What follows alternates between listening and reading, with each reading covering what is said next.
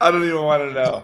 I don't even want to know, Joe. Jimmy. Joe, first of all, before you say anything, no, listen, before you say anything, let me just say this.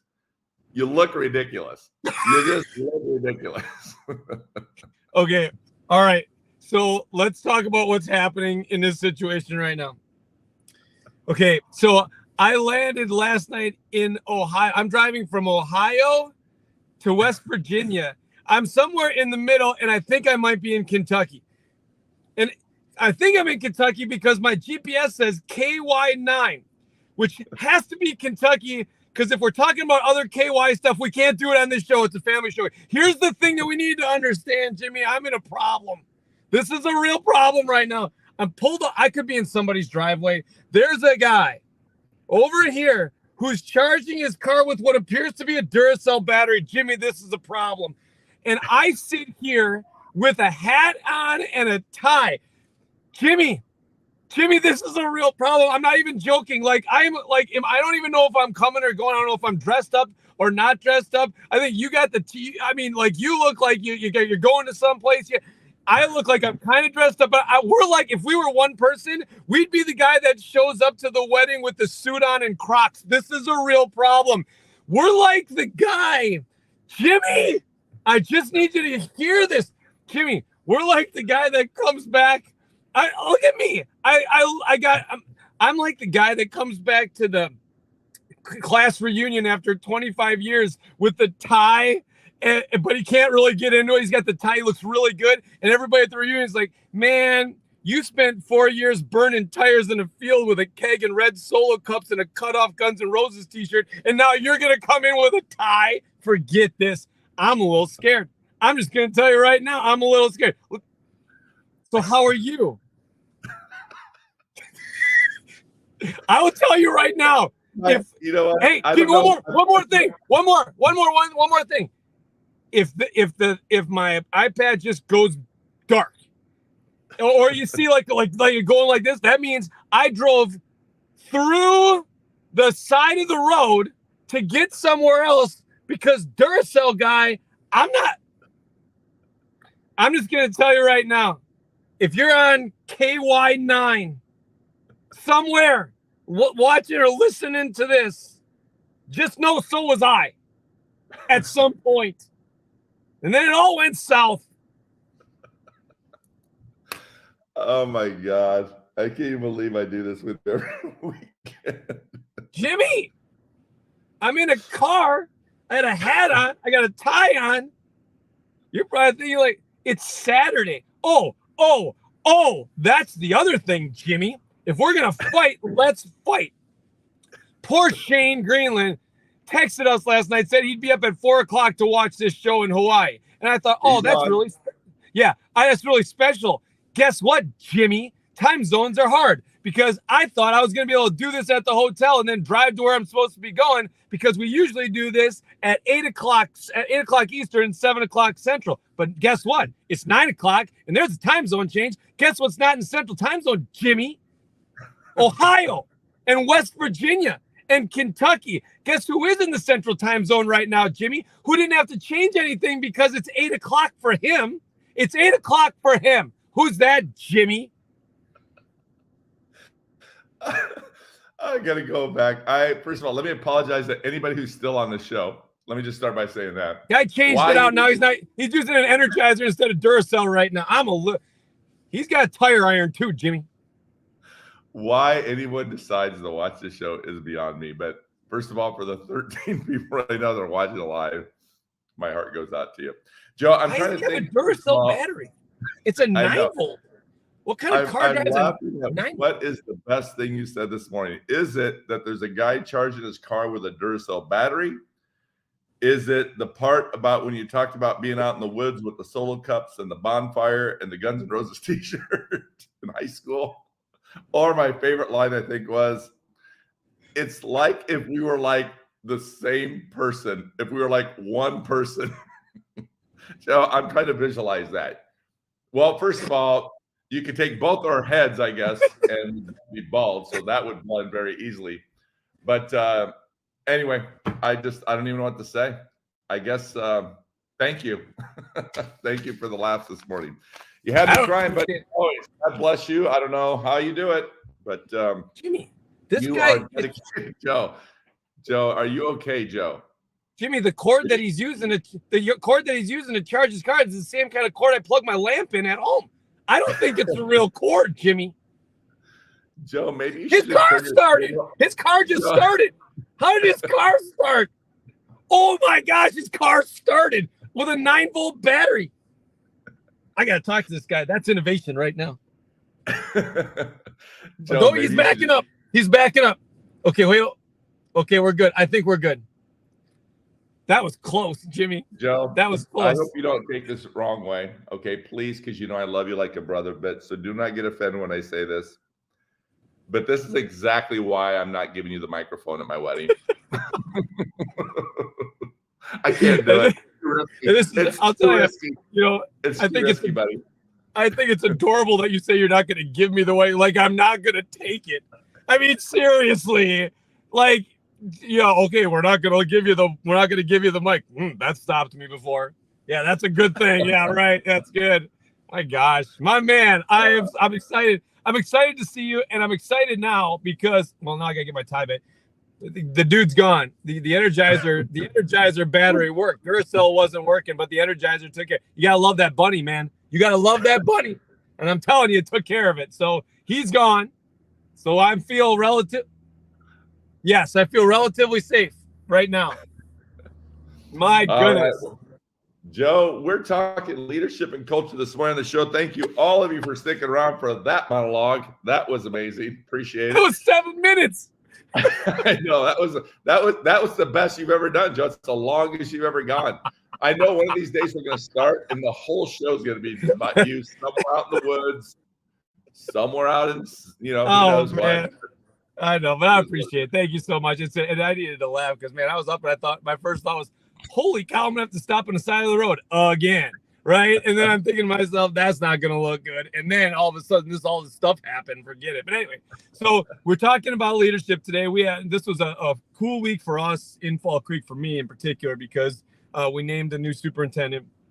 And though it's bittersweet, at the same time, it's like, the work is going to continue. And that to me was like so cool. Yeah. A high school principal, athletic director was named new superintendent. He'll take over on July 1st, which gives me 4 months to really help as much as I possibly can. Of course, I'll help when I'm gone, but at least he knows where we've gone. He's been with us for 7 years. He knows where we've been, where we want to go as a group. I mean, it's really cool to be able to be in that spot and know that he's going to do a great job. And so it was a bittersweet week for me, but at the same time, almost provides a little more closure to the process, which is really helpful, I think. So that's kind of where we're at. And today I'm speaking in West Virginia, and Monday I'm in Maine. So with all the weather, I'm just going to kind of keep making my way east. So it's not going to be too much of a problem. And it sounds like you are in Chicago this week. Yeah, super excited. So just heading up to Michigan here tomorrow, and then coming right back for the Big Ten tournament. So gonna have a good time. Looking forward to hanging with my fam. That'll be good. My kiddos, or at least my son anyway, this week. And then next week, or in a couple weeks, I'll see all my kids again here in Chicago. So looking forward to that. So, hey, awesome. I was thinking, you and I just chatted briefly yesterday, but I was talking to one of my former students here. And it's one of the blessings, right, of the work that we get to do, all the young people that come in our lives and leave our lives. And it was just a reminder, right, as I reflected and chat with him. He has his own kids now, right? And, just like all of us, we struggle sometimes with our kids in schools when it comes to their behavior. Mm-hmm. Sometimes we worry about them in terms of, we want them to do well.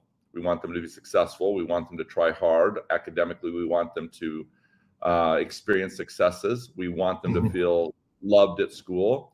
But the truth of the matter is sometimes our kids feel like they're not loved at school, right? That they're picked on, or that things aren't fair, or, for whatever reason, right?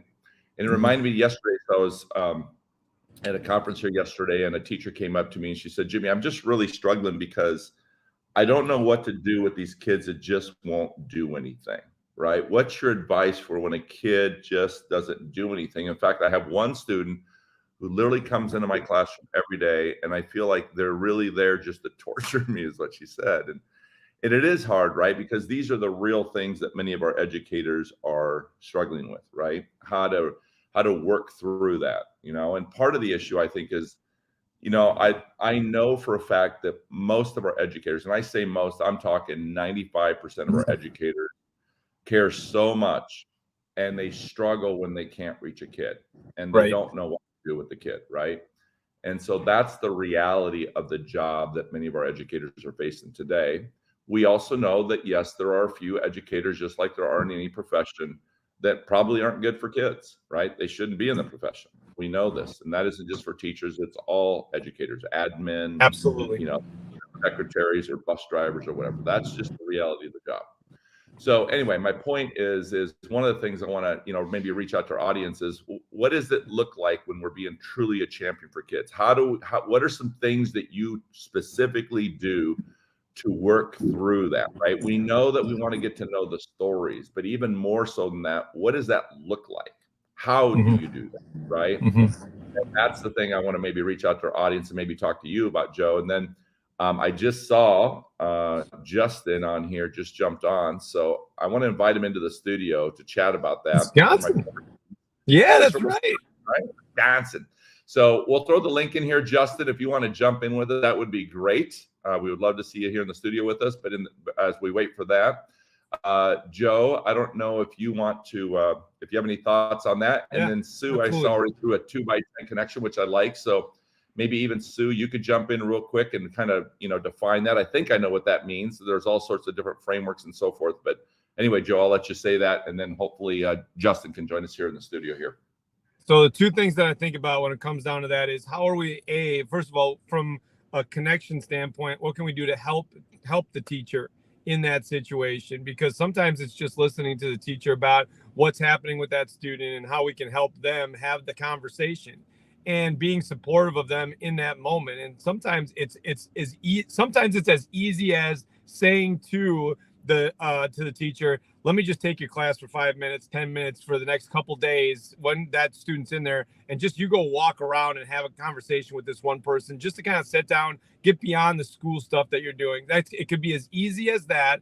It could be as difficult as trying to come up with a plan together so they don't feel like they're isolated and alone in the moment. But the one thing that I will tell you is that people change mentality when the script is broken.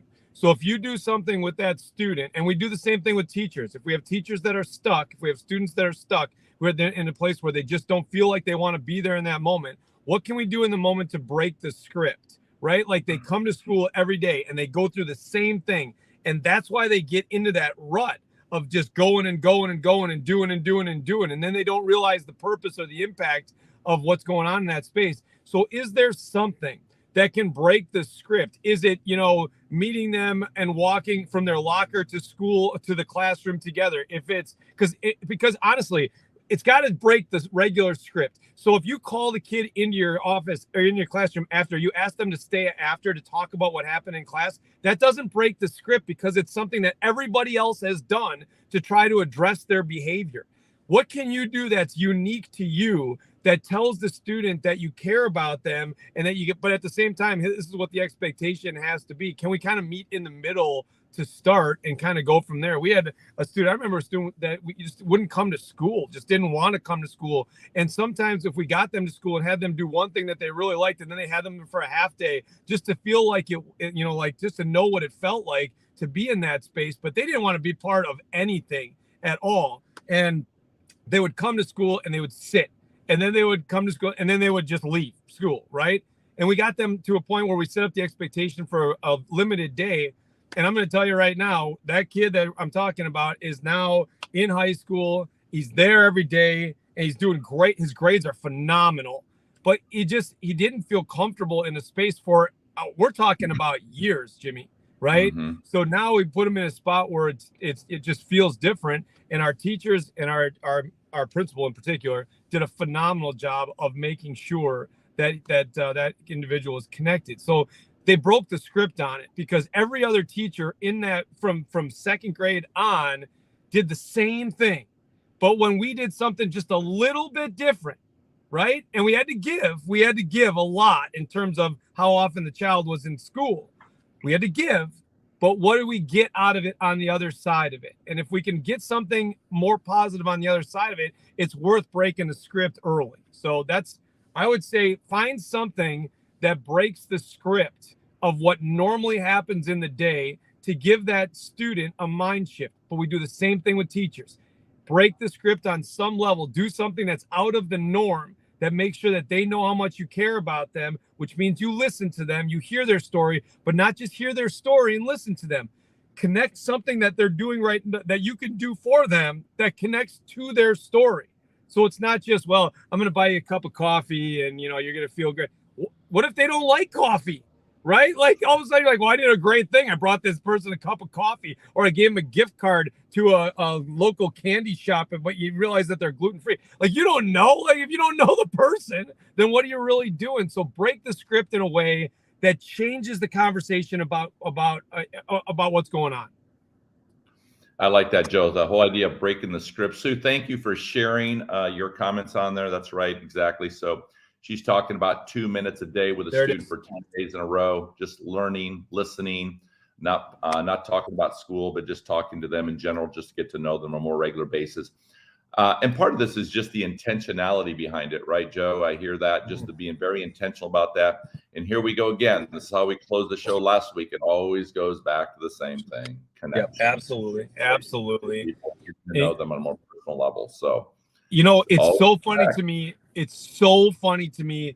Not funny. It's so interesting to me that it does come down to that. Yet at the same time, so many people struggle from a leadership lens, and they wonder why, and they wonder why, and they wonder why. And then they identify that it's relationships, but they still wonder why. Right? And I think, like, we've got to put ourselves in a spot where we're helping people kind of dial it down to the piece that really makes the biggest impact, and helping them with that piece, because then they get momentum along the way. If you're leading in a district, if you're leading in a classroom, if you're leading in a school, if you're leading in a county or a team or whatever, like, of course it's about relationships, and everybody says that, but how do you build them? What can we do logistically to help people so they can kind of get out of their own way sometimes and build at least a semblance of relate? You don't have to go, it's not about holding hands and skipping and unicorns and rainbows. Relationships don't have to be deep-rooted relationships. The relationship has to be, like you just said, a connection. And if it's a connection, it changes the conversation. And even more so when it's an authentic connection. Not even more so, Jimmy. Not even more so. Essentially, it has to be you're like, yes, it's essential. If it's not an authentic connection, then you're seen as just the manager of people that checks off the boxes. If it's an authentic connection, anybody will give you a little bit of grace because they know that you're going to give them grace too. Well, I'm so grateful. We have a great audience here today. I'm glad you're all here. Thank you so much for those of you who continue to join us each week. We really, truly mean that. If not, it's just Joe and I hanging out here, and it's Joe just screaming, which is awesome to start the show for 7 minutes, but we'll let that go for now. But honestly, Joe, I am super excited, and I'm excited for my audience to hear, believe it or not, my good friend, Justin Jackson. Hey, Justin. Is with us today. Hey, how's it going? Hey, Justin. I always laugh because I like in the studio. Justin's like, what kind of studio is in this? Joe's in a car down by the river watching a guy charge his car on a Duracell battery, which eventually became an Energizer Jimmy, bunny. he just drove by. I'm not joking. He just drove by right now. I'm not even joking. I promise you, on my kids, I promise you, he just drove by. It's a white truck. That's West Virginia, huh? Kentucky. I think I'm in Kentucky, man. Justin, I'm in Kentucky. You gotta watch out. Holy Joe, there were windows in the car. You're fine. There's no big deal. It had windows. Okay. If it doesn't have windows, then you should be worried. All right. Hey, listen, Joe. I want to introduce you to somebody, buddy, and that is my good friend Justin Jackson. Justin, thank you, Joe, so much for taking a few minutes just to jump in here this morning with us. I almost feel badly, Joe, and here's why.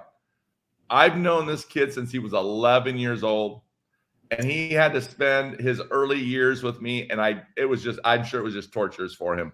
So the fact that we are still connected and still hang out and chat every now and then, and have actually even met up a couple times, it's a blast. So it's 31 years. 31 years, man. God, Oh Jimmy, God, old. don't even So old, say it. Jimmy. Don't say it. 31. Jimmy, Oh my 31 years. Holy I Hannah. woke up this morning. I was waiting to say that. You know, Justin, it was nice talking to you. I'm not going to remove you from the show. You are done. Just remember, I That's can awesome. delete you and mute you at any moment. Just remember that. I'm glad we're doing this show early, man. Jimmy's bedtime is 4:00 at this time. Get that dinner out. Go right to bed, boss. That's right. So, hey, listen, I'm going to start just by saying this, and Justin, I'll turn it over to you. And I know or hope that Justin won't take this the wrong way, because we've talked about this a lot. But, you know, one of the things I think that connected me with Justin right away is when I had him in my class. He was actually both in my advisory class and my Spanish class for 3 years. Is that for a couple of years? Is that you know, he reminded me a lot of me, right? You know, we have a lot of educators who go into the profession because someone's their champion, or because they connect with them, or they care about them, and maybe they even inspire them to say, I want to be a teacher like that someday. And then there's other people that just have a gift, right? They just have a natural gift to working with young people. And then there's people like me, right, who, and many others, a lot of educators who go in the profession who, quite frankly, struggle in school. Isn't that interesting? How many people struggle in school who eventually become educators? And I think that was one of my first initial connections with Justin, is because he just reminded me a lot of me, right? I struggled in school. He was a young boy struggling in school. And I think that was the immediate connection. But I'll be honest, there were days I just want to strangle him, right? I mean, Justin was Justin was 11, but he was really 31, if you know what I'm talking about. This kid was smart, street smart, especially. He had a little bit of a con in him, is what I always say to him, right? Just like myself. But one of the things that was very clear to me is that he just had a great heart. He really did.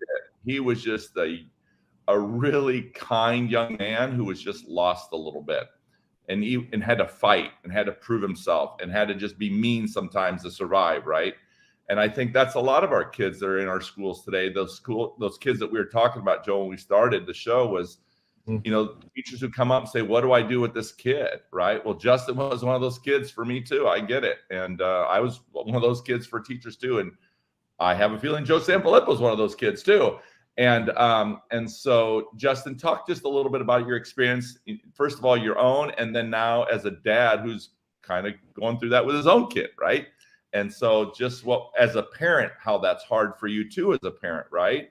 And how we want to support those teachers, but there's only so much time that parents can do too. It's not like parents aren't trying either, right? Everybody's trying to do the very best they can, and it is frustrating for everybody. So, Justin, thank you so much for being on here, and I appreciate it, buddy. Hey, I'm glad to be here. It's always a pleasure to talk with you. So starting out, I got a Sarah here with me. You know, it's my 13-year-old stepson. So he's here with me watching, listening patiently. Good. So Nice. Good. This is one of the kids that reminds me of myself in school. So we'll start there. But you mentioned being an educator that struggled in school and things like that, and then they become educators. That makes a lot of sense, because I think they're the ones that know, you know, that's where that real connection comes from. So starting out, I got a 3-year-old, I got a 5-year-old. I also have 2 adult children, you know, one that just graduated UW Green Bay. And I also have another problem child of my own. He's 20 years old and kind of struggling really hard. Doesn't know what he wants to do in life. You know, so I often reach out to Jimmy and ask for advice on how I should handle and manage those situations. But starting out in middle school, you know, it was just rough. You know, I had a lot of personal problems going on at home, and Jimmy always took those 2 minutes, you know, to pull me to the side and kind of reel me in and talk to me. And the way we really connected was actually the luck of the draw, I call it. So I was in a Spanish class, and he put our names into a hat, and whichever names got pulled got to go on a camping trip with him. So we went to Iowa, went camping, and we really connected outside of school. And here we are 31 years later. you know, and now I have my own children and my own struggles and everything. But I do try to reach out and do some public speaking now, which is ironic because that's how we reconnected.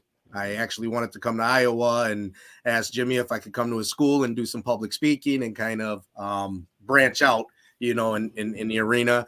And he told me he was no longer a principal.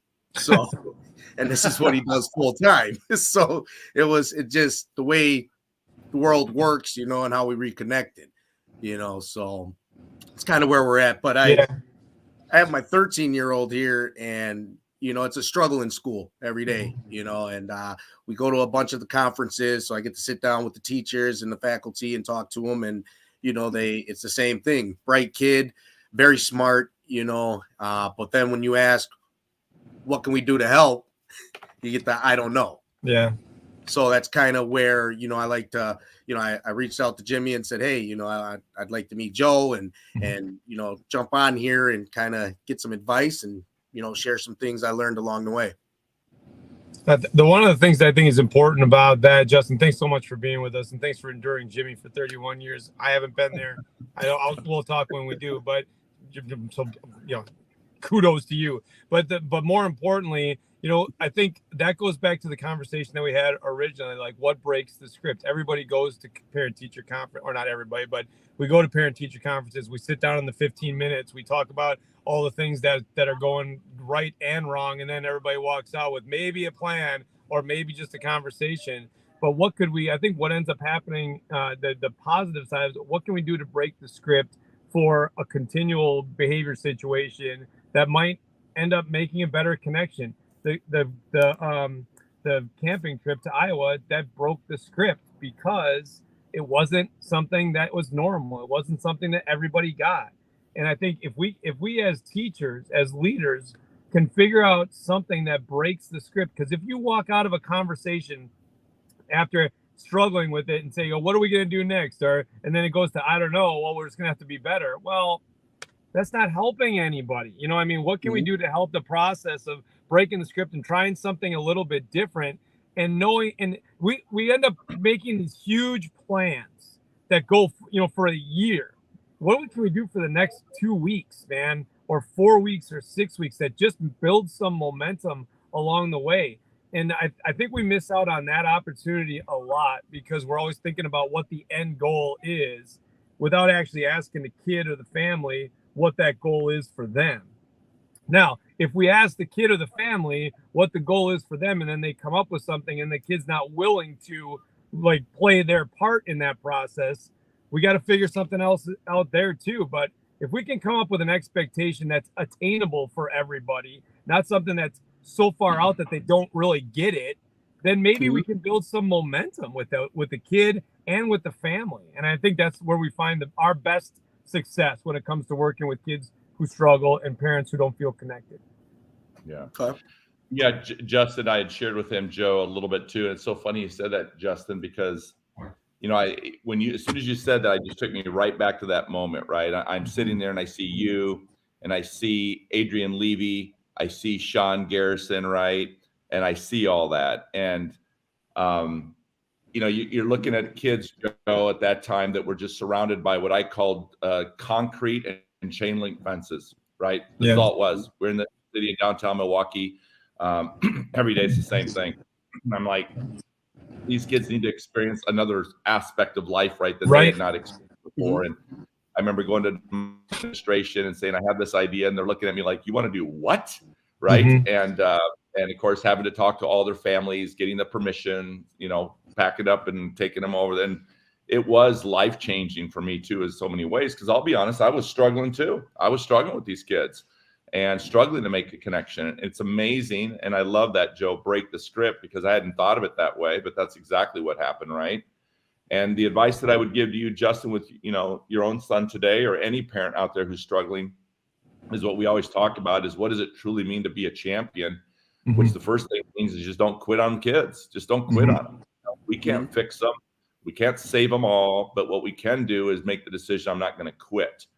And, and when you're working in schools, if you're a parent out there struggling, or you're an educator out there struggling with a student, or an administrator struggling with a student, let's do whatever we can to find just one adult. Who's the one adult that we know can make or will make eventually a connection, because that's what their gift is, right? Yeah. But we also have to include the student in that plan. I always worry when we have these meetings without the kids, and we're trying to make these decisions without them. So we have to give kids a voice, in my opinion. And I think at some point we can simply ask kids, listen, we care about you, we love you, but we can't do it for you. What will it take? And just like you said, Joe, there will always be that one kid who just will say nothing or do nothing or say that, that you feel like you can't fix. But if you go back and say, okay, but we're not going to quit on you, son. But at some point when you're ready, we will be ready, and we will be here with an open door and open arms, and we'll invite you in. And I think at the end of the day, you just have to remember, as I said to Justin, at this point, my friend, it's just unconditional love. It's being a parent. It's no matter what my kid does, I'm going to love that kid no matter what. And can't fix and save them all. And we got to get that guilt a little bit. That's what I asked to Sarah the other day, the conversation that we had after I left the parent teacher conference. And, I asked him, I said, do you feel some of these teachers are giving up on you? And I told him, you also have to look at your behavior. Great. That if they try to help you as much as they can only go so far, because they also have their home life. They have the problems they're dealing with at home. And I guess the best quote that I could use, for that is my better half, my girlfriend. She always tells me, you got to meet them where they're at. Yeah. So we try to explain and instill that in him, that when he goes to school, you also have to meet the teachers where they're at. It's just they may have a bad day. You might think they don't like you, so I really like to have him watch the shows with me so that he can see both perspectives. You can see that these teachers are there for you, but you also have to put the work in as well.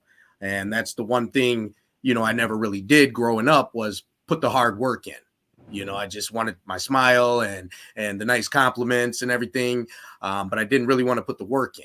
And I explained to him that now it's really hard, because I'm going to school for my bachelor's, and it's these are the foundation that I should have had, but it's good to also have Jimmy to reach out to when I have questions about school and things like that. But when you said, Joe, about, finding that teacher that you can connect with, that maybe you can, if you're having a bad day in school, you'll be able to go to. So Jimmy was always that for me. I also had, Mr. Leonard. I had Hector Perez-LeBoy. I just go sit in their office and do my homework, and that really helped out a lot. But what I'm seeing with some of the schools where I'm at now, where I live here in Sheboygan, I mention a lot of what I learned to them as well, because I don't see that connection being made. It's almost like a 9 to 5. So what Sarah's in now is the Impact Academy, which ended 2 days ago. So it came to the end, but he really made a connection with this teacher, Mark Semmer, and that's who helped him with his homework. That's his go-to person at school. And now that program ended, because he's behaving and he's back on the right path, within the school system. So how do you keep that connection? If that's a program within the school that needs to end, like what could I address to that specific teacher? So here's the thing that I think happens a lot is we get moment. It doesn't matter if it's a program or the fact that you've connected with somebody. If we don't figure out a way to at least have those conversations continue, then we start to fall back. But most importantly is you think about the person that you spend so the person that you have the best connection with. Think about what their day is and how often you actually get time with that person. If we can make sure that there's at least some kind of connection throughout the day, like we have, situations, and we have kids that are struggling, they have check-in with some teachers that they connect with on a daily basis, just to check in and see how they're doing. They don't spend 5 minutes there. They just spend time to check in. It helps out a little bit on that end. But I think what I would tell you on the other side of it is that sometimes it's our perception that the teachers are too busy or they're clocking or whatever, because we got to understand that, they have 150 kids if they see them throughout the course of the day. So how do we make sure that we're valuing them too in that moment and say, we understand, but here's what I need from you with this one kid. I just need this. I don't need Right. everything, but I need this one thing. Can you help me? And again, like Jimmy started the conversation with today, 95% of them will be like, okay, if it's going to get me a better result here too, then I'm much more willing, because Right. we're trading time. Well, all we're doing is trading time. Do you want to spend the time on the front end making the connection, or do you want to spend the time on the back end redirecting? It's the same amount of time. It's just, how do you want to spend that time? And so if we can help people understand that it doesn't matter. You're going to spend the time doing it either way. So Right. spend the time on the front end so you don't have it on the back end. Well, hey, listen, Justin, we're going to let you go here because we're going to close the show. But my friend, it is so good to see you, and thank you so much. And just remember, no matter what, buddy, I am proud of you, and we will always be here for you. I hope you don't ever hesitate to reach out. And at the same Always. time, remember also, thank you for giving your Yes. teachers chances as well, Justin, because I know you're not quitting on them. And that's the Right. same I want thing to I'd thank say the to both of Andy, you for your right? leadership. So That's I right. appreciate That's it. It was what I nice said. meeting Yeah, you, man. Joe. Nice You meeting you, two have a Justin. good one. All right. All right. All right, You be God good. bless, Take care, buddy. man. Have a Bye-bye. great day. All right. All right, That was Joe.